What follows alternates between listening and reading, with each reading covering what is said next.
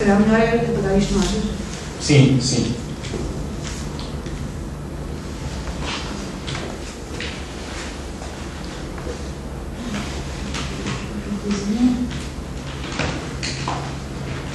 Estou me perguntando se eu vou colocar.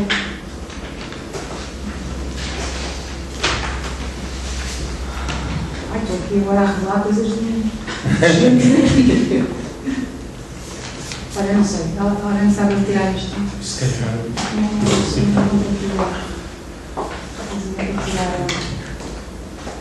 para tirar.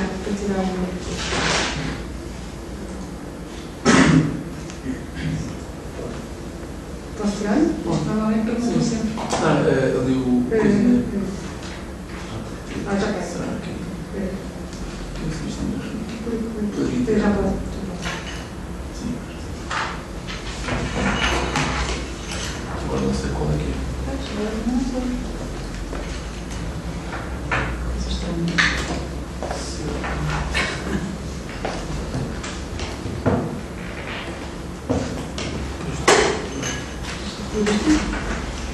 Não, isto é uma apenazinha que foi aqui. Você que eu estou fazendo, que eu não estou bem. Só preciso chamar Não, de a caneta no computador.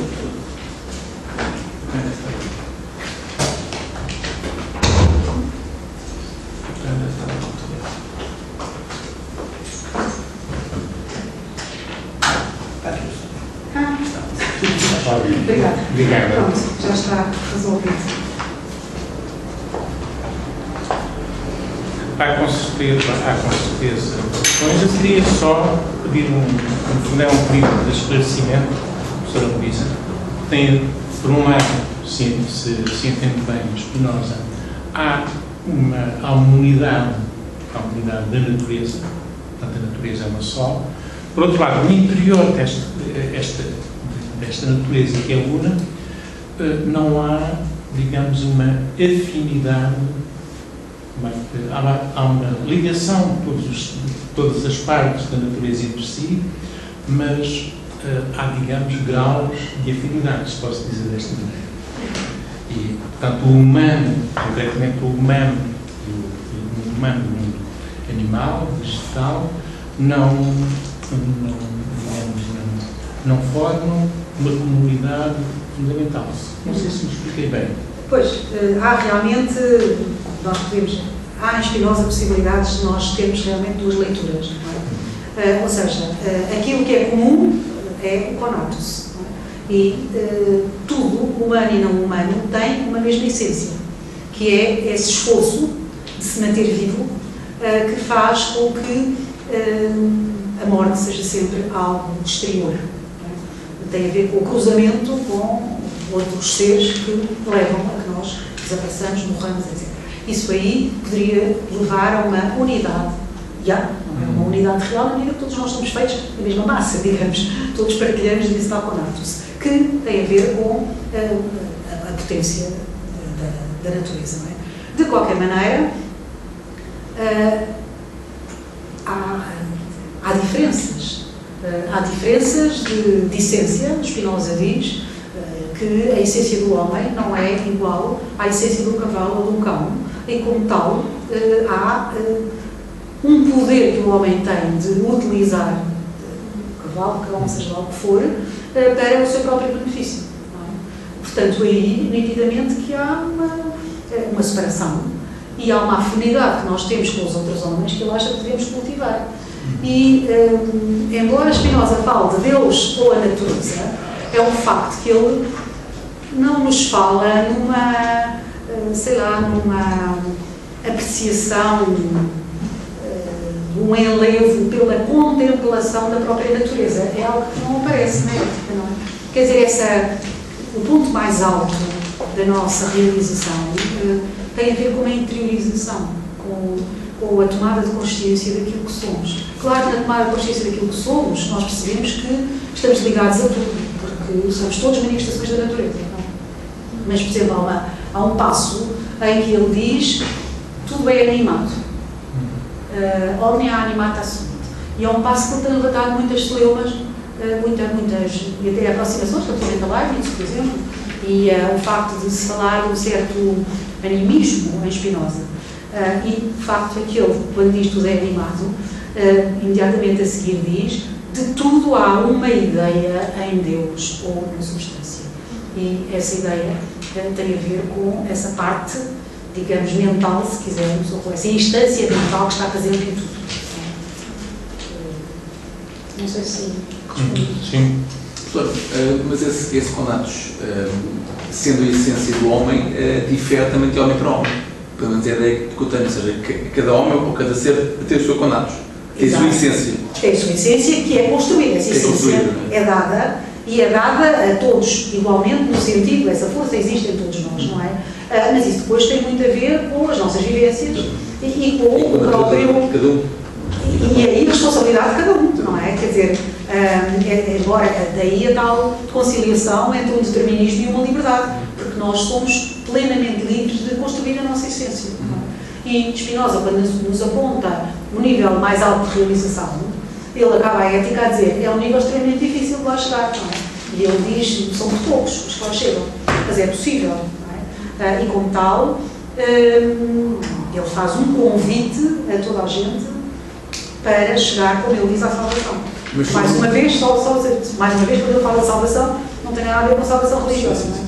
Mas somos livres em função sempre também de uma certa natureza que é determinada. Claro. Okay. Cíntia. Obrigada, doutora, pela informação. Eu não sou especialista em Spinoza e a mim ele chegou por via transversa, como a senhora sabe, via ecologia profunda, via Arnés e ecofeminismos. Mais alto. E eu não vejo, dentro do meu ponto de vista, fundamento em comparar ecologia profunda e Arnés com Spinoza, porque dentro do que eu tenho visto, ele não se compara jamais, pelo contrário, ele sempre coloca que muitas de suas intuições, de seus insights, vieram através dele. Então, são as críticas de Spinoza, ao antropocentrismo, as questões da autorrealização, que também foram através de questões do Spinoza, que ele teve os insights para criar esse conceito que é tão emblemático da ecologia profunda. Então, eu fico muitas vezes um pouco conflitada, sem entender essas insistentes comparações entre Spinoza e ecologia profunda, porque eu não consigo ver nexo entre eles. Bem, o nexo é o próprio Nesse, quando fala de Spinoza como alguém que o inspirou para os seus conceitos fundamentais, não é?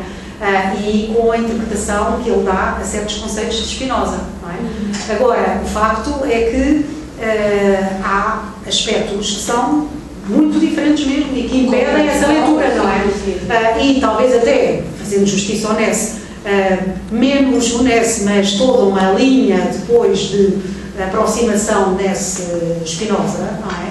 Que será responsável por essa espécie de padronização, irmos buscar Spinoza como seu patrono. É um facto que quando alguém que fala de Deus igual à natureza, é alguém que em princípio teria a simpatia dos ecologistas, não é? E talvez por isso, não é? Mas é um facto que há passos em que o Mas que não é algo que o Arnés tenha dito que o Spinoza disse. Ele coloca que, devido a tal visão, inspiração, ele nunca atribui diretamente à inspiração, foi uma construção em cima dele. Mas eu acho que isso é um bocado discutível, quer dizer, é um facto que ele, ao debruçar-se sobre Spinoza, ele vai fazendo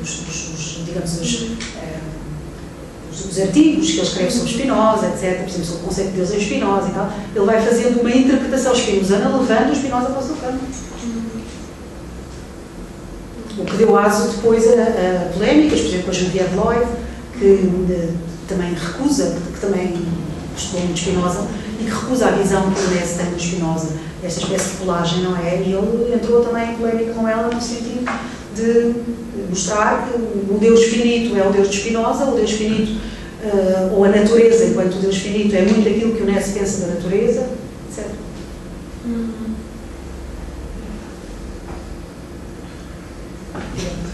No que diz respeito ao início, quando estava a ouvi-la expor as teses da ecologia radical, estava a pensar no que seria, por não conhecer, o que faz a radicalidade dessas formas de ecologia. Depois dei-me conta que era um pouco o facto de não ser o homem a medida de todas as coisas. E então, quais são os critérios de correção? O que é correto ou não é correto em função dessa ecologia radical, não sendo a humanidade... É incorreto uma maneira de viver em que as coisas são utilizadas, não é? Seria correto uma maneira de viver em que houvesse um respeito pelas coisas em si mesmas, no sentido das coisas terem valor em si mesmas e não valor em função daquilo que nos podem trazer, não é? E como tal, quer dizer, a própria relação que nós estabelecemos com a natureza não poderá ser ou não deverá ser uma utilização de tirarmos proveito dela. Nós estamos ao serviço também da natureza, tal como tudo. E não é através de maior ou melhor qualidade de vida humana que isso... Não, o que há aqui uma discussão é o que é isto a qualidade de vida humana, não é? Porque o Ness faz uma diferença entre aquilo que ele chama... Ele escreve sempre em inglês, e aliás lembro nessa entrevista que eu fui, já há muitos anos, ele dizia, mas você em que língua escreve? Eu sempre em português. Isso nunca será lido, dizia. Eu nunca fui lido quando escrevi em como é que chama? Norueguês. Portanto, o vocabulário dele já era o vocabulário inglês. E ele faz a relação entre o big e o great, não é? E ele o que propõe é uma vida que seja great no sentido de grandiosa, no sentido de realização própria, não é? Mas não big no sentido das muitas coisas de que nós precisamos e que devemos aplicar nelas. Realmente muitas das críticas que se fazem a NES têm a ver com uma proposta de vida que ele nos faz, que seria muito diferente se fosse concretizada do modo de vida que nós hoje temos, não é? Professor. Não sei quem foi primeiro. Eu não tinha diferente. Então, ladies first, vá. Embora seja feminista. A professora fez uma afirmação sobre Spinoza ter-se libertado, segundo o Ness, libertou-se do monoteísmo e essa questão fez-me pensar qual o sentido desta libertação do monoteísmo para Ness. É porque, na realidade, o Deus de Spinoza já não deixa de ser Deus, não é? Não é o Deus monoteísta do judeu-cristianismo, não é? Embora ele fale a natureza, não é? Mas é como a natureza é tudo quanto há. Eu não posso individualizar Deus como um sujeito, não é? O monoteísmo fala de um Deus de providência, de um Deus criador, de um Deus que se preocupa com os homens, transcendente, etc. Tudo isso é recusado por Spinoza, não é? Exatamente. Portanto, ele liberta-se. Liberta-se de uma concepção de Deus que era a concepção comum, não é? Exato. Daí o cuidado, quando falamos de Deus, percebemos o que é o Deus de Spinoza, que ele não está de todo a falar do Deus que recebeu em herança, não é? Para Nessa, então, é uma libertação, não é? Do panteísmo seria exatamente. uma evolução, diríamos. Uma libertação, sim, libertação no sentido de uma demarcação, não é? Sim, para algo mais importante. Eu disse aí uma coisa que também é muito comum aplicar a Spinoza, e não quer dizer que esteja errado, que é o panteísmo, não é? Panteísmo, sim. Eu penso que mais do que panteísta, Spinoza é o chamado panenteísta, ou seja, as coisas têm de ser em Deus, mas não são Deus. Eu nunca diria que as coisas são divinas, não é? Coisa que os panteístas podem aceitar, não é? Porque são modos, são modificações, e há modificações muito diferentes. Há uma diferença abissal entre a modificação de Deus, que é uma panécia, por exemplo, e o ser humano, não é? Portanto, é o panenteísta. Panenteísmo. Panenteísmo é um termo que apareceu no século XVIII, XIX, um filósofo bastante obscuro, que é o Krause, mas utilizou este termo panenteísmo, que eu acho que dá jeito para aplicar a Spinoza, que é as coisas têm o ser em Deus, mas não são Deus, não são divinos. Porque há justamente essa grande diferença entre a natura naturans e a natura naturata. Exato. As coisas que o tal Naes não fazia, não é? Portanto, não, dizia que havia dois tipos de Deus, um finito e um infinito. Sim, há uma aproximação maior, no caso de Ness, entre a natura naturans e a natura naturata. Há uma aproximação maior do que o Spinoza faz. Diga. Então, há relações de poder, isso é ponto assente. Quem é que tem mais poder? O homem ou a natureza? Porque o homem é criado pela natureza, é parte da natureza, mas pode moldá-lo. Portanto, quer dizer, posto assim, se o poder, no sentido de potência, não é como ele diz, potência, porque ele faz diferença entre poder e potência. Ele utiliza dois tipos de vocábulos, ou seja, ele fala em potência, e aí eu direi que a natureza tem muito mais potência, não é? Porque tem o exclusivo de toda a potência, ela é a potência, não é? E depois há o poder que tem a ver com o poder dos modos, não é? Que é potestas, não é? Potestas. E, na realidade, o poder dos modos é visto em função uns dos outros e não em relação à natureza, porque é uma manifestação da potência. Professora, ainda sobre o animismo em Spinoza, nunca cheguei a entender bem sobre o Conatos, quando diz que o Conatos é a essência comum a todos os modos, digamos que inclui também os modos não vivos, ou seja, vivos e não vivos. Não é só, portanto, humanos e não humanos, eu diria mais, e diria que o Conatos existe também na matéria, ou seja, os seres não vivos. Os seres não vivos, portanto, os seres inanimados, está a pensar numa pedra, etc. Exatamente, também tem essa essência de se afirmar e se realizarem. Exato. Ele fala no Conatos como uma relação de movimento e de repouso, não é? Que existe em todas as coisas, não é? Portanto, existem todos os modos. Todos os modos. E todos os modos da natureza. Portanto, a diferença entre um ser vivo e um ser não vivo estará exatamente na potência que terá. E tem a ver também com as relações que se estabelecem. E eu aqui iria provocar o Adelino, que acha que o conceito do organismo é exclusivo do Leibniz, ou seja, que o Leibniz é muito responsável pelo conceito do organismo. É um facto que Spinoza não utiliza o termo organismo, mas há uma parte, uma espécie de uma mini-física que ele tem no livro Segunda Ética, são 7 lemas, e em que ele fala justamente da diferença de poder que existe entre as coisas, pela diferença de relação que existe entre os vários elementos que os compõem. No fundo, ele está ali em embrião uma ideia de organismo, não é? Que ele chama o indivíduo, e depois vai falar no grande indivíduo, que é a totalidade de tudo quanto existe, não é? Já agora eu queria, contra mim próprio, reforçar essa ideia, dizendo que ele fala justamente aí do corpo suum, do corpo próprio, de uma determinada alma, de um determinado ser, que justamente introduz simultaneamente diferenciação e, ao mesmo tempo, esse corpo é individuante. Para reforçar a ideia de uma organicidade. Não há o termo organismo, não há toda a riqueza que me parece existir no organismo, mas há uma organicidade clara em Spinoza. Eu já agora, visto que fazendo também uma provocação, eu pergunto se posso puxar Spinoza para o meu campo. E o meu campo seria de considerar que há em Spinoza singularidade, há uma afirmação clara da singularidade, mas ao mesmo tempo uma demarcação em relação ao individualismo. Pode-se dizer isto? Acho que sim. Acho que sim, embora eu penso que no caso dos seres humanos, a realização que eles a realização que eles propõem é uma realização individual. Isto não é pacífico. Não é pacífico. É individual, mas sempre em ligação com... É individual em ligação com o todo, não é?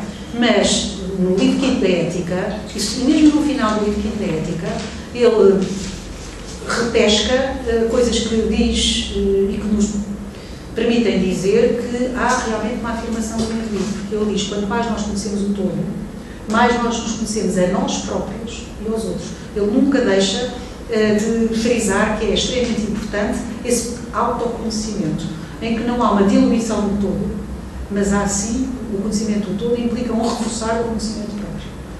Mas julgo que não há uma posição de si em face do todo. Posição de si no sentido de uma para mim a noção do indivíduo está muito ligada, e portanto a questão do individualismo à afirmação de si em face do outro. E neste caso também em face do todo.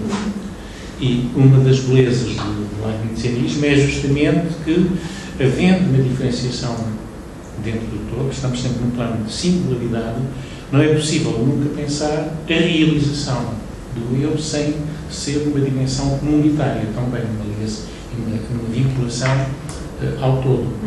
E era essa transposição que eu estava a tentar fazer para Spinoza, não no sentido de uma não valorização do indivíduo, mas no sentido que o indivíduo não pode nunca ser concebido à margem da comunidade.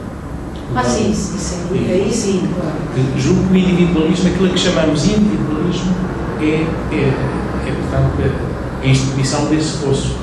Quando temos a individualidade, mas ao mesmo tempo a necessidade de comunicação, e eu falo em singularidade, são questões.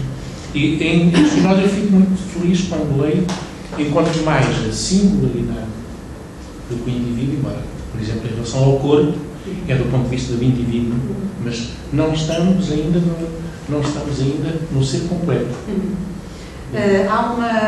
Penso que há uma etapa do pensamento de Spinoza, que será a última, e em que ele diz, nós quando chegamos à ciência intuitiva, ao pressurgimento do conhecimento, nós pensamos como Deus pensa, porque nós, no fundo, retomamos o nosso lugar no todo, seja a nível mental, enquanto pensamento divino, do qual nos tornamos, mas é sempre o tal Deus patemos, como ele diz. É um Deus enquanto que, não é? Portanto, é um Deus focado naquele indivíduo.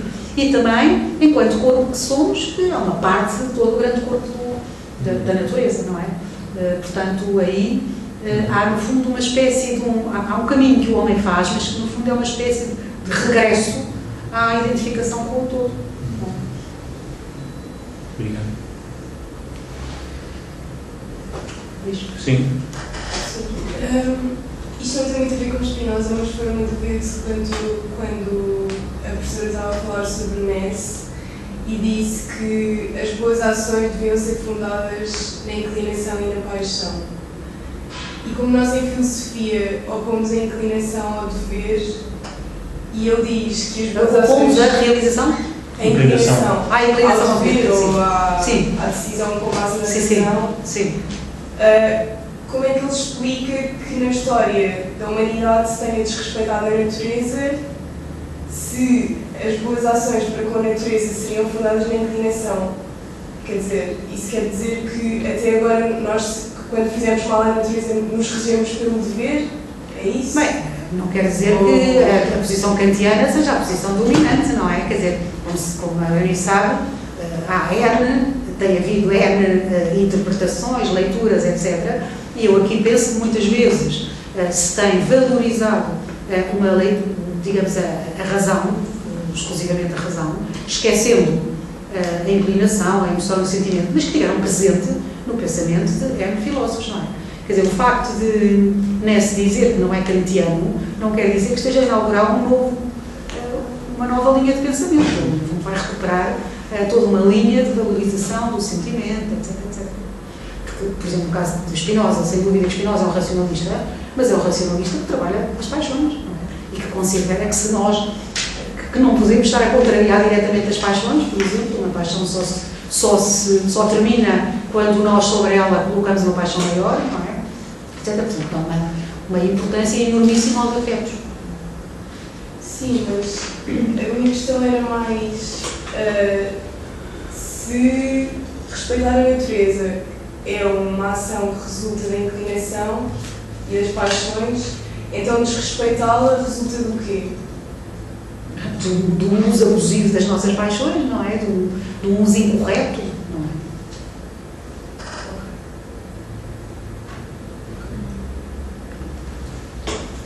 Eu penso que podemos falar em afetos intelectuais, porventura racionais, intelectuais seguramente, e portanto o respeito pela natureza terá com certeza vários modos de acontecer, de ser respeito, mas pode ser um respeito,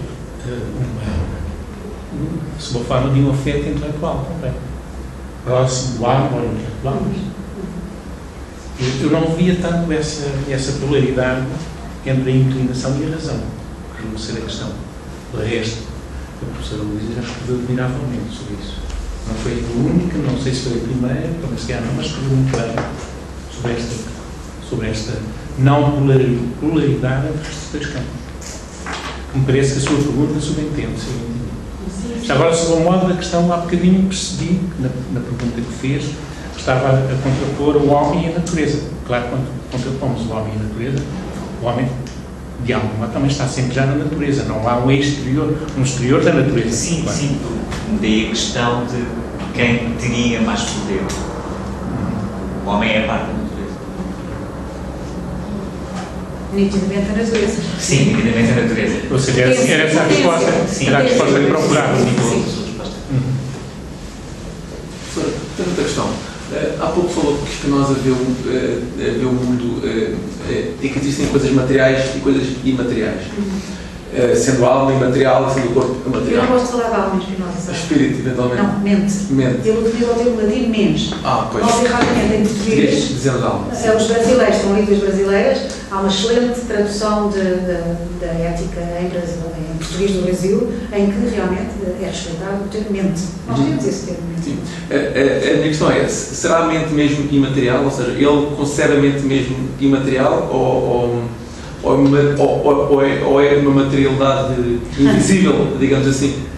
Quando diz se a mente é material, quando abre a possibilidade da mente ser material, está a ser muito ligada. Não, está. É a interpretação bastante coisa básica. Sim, é mas eu acho que a mente e o corpo, eles não existem em si mesmos como realidades autónomas em Spinoza, não é? Quer dizer, são apropriações que nós fazemos das coisas dessas duas maneiras, porque são os dois únicos atributos que nós conhecemos. Se nós fôssemos constituídos de outra maneira, se fôssemos uns ETs, ou se fôssemos, sei lá, não tivéssemos as nossas faculdades, mas tivéssemos outras, nós certamente veríamos no real outras coisas que não essa linha de pensamento e essa linha de matéria, que são aquelas pelas quais as coisas nos são acessíveis. Mas as coisas são todos.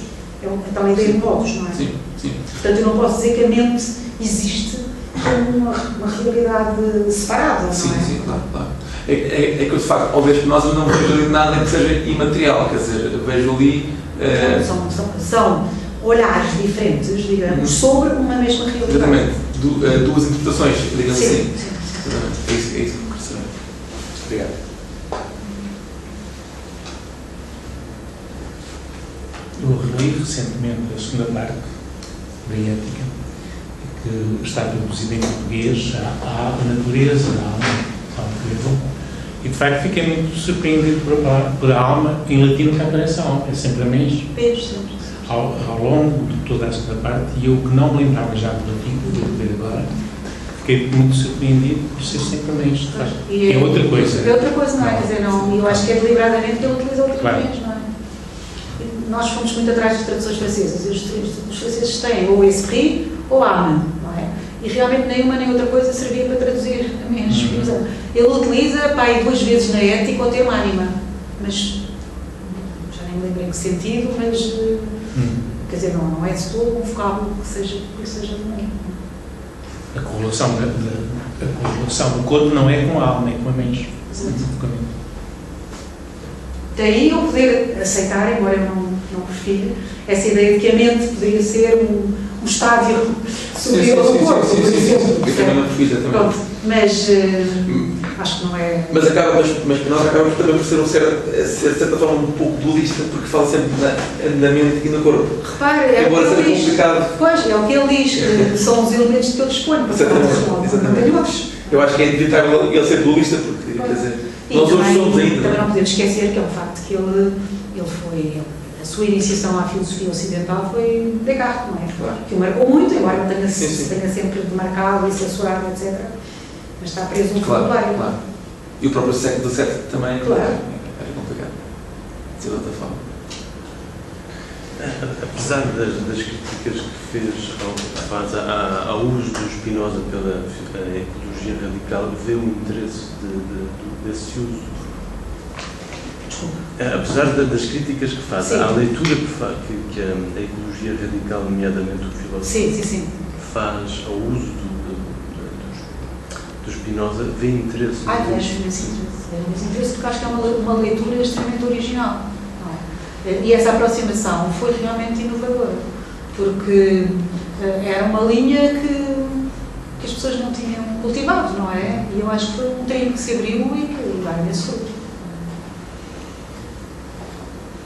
Agora, continuo com a tal perplexidade da simpatia que Spinoza provoca, por exemplo, na linha da ecologia, percebo-a, obviamente, um indivíduo que diz que Deus é natureza, pronto, com certeza que teria, que se compreende, mas esta ignorância destes textos, é como a tal história quando eu falei do feminismo. O Spinoza tem poucos textos sobre as mulheres, os poucos que tem são muito preconceituosos, e um deles é terrível, porque ele diz que as mulheres não deviam entrar na democracia, não deviam fazer parte do governo democrático.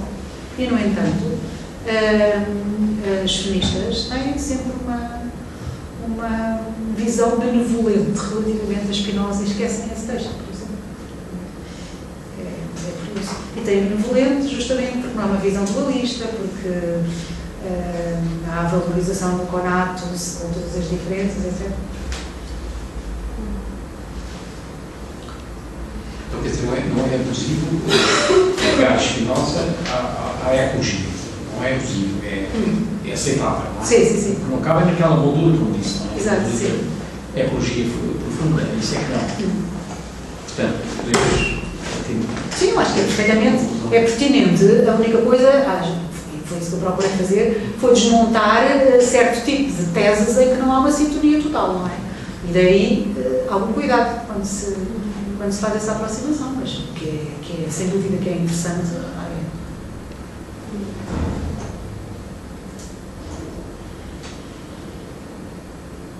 Bem, eu tenho a impressão que já escutou. Então, encerramos esta sessão. Obrigado. Eu que agradeço, é sempre muito agradável.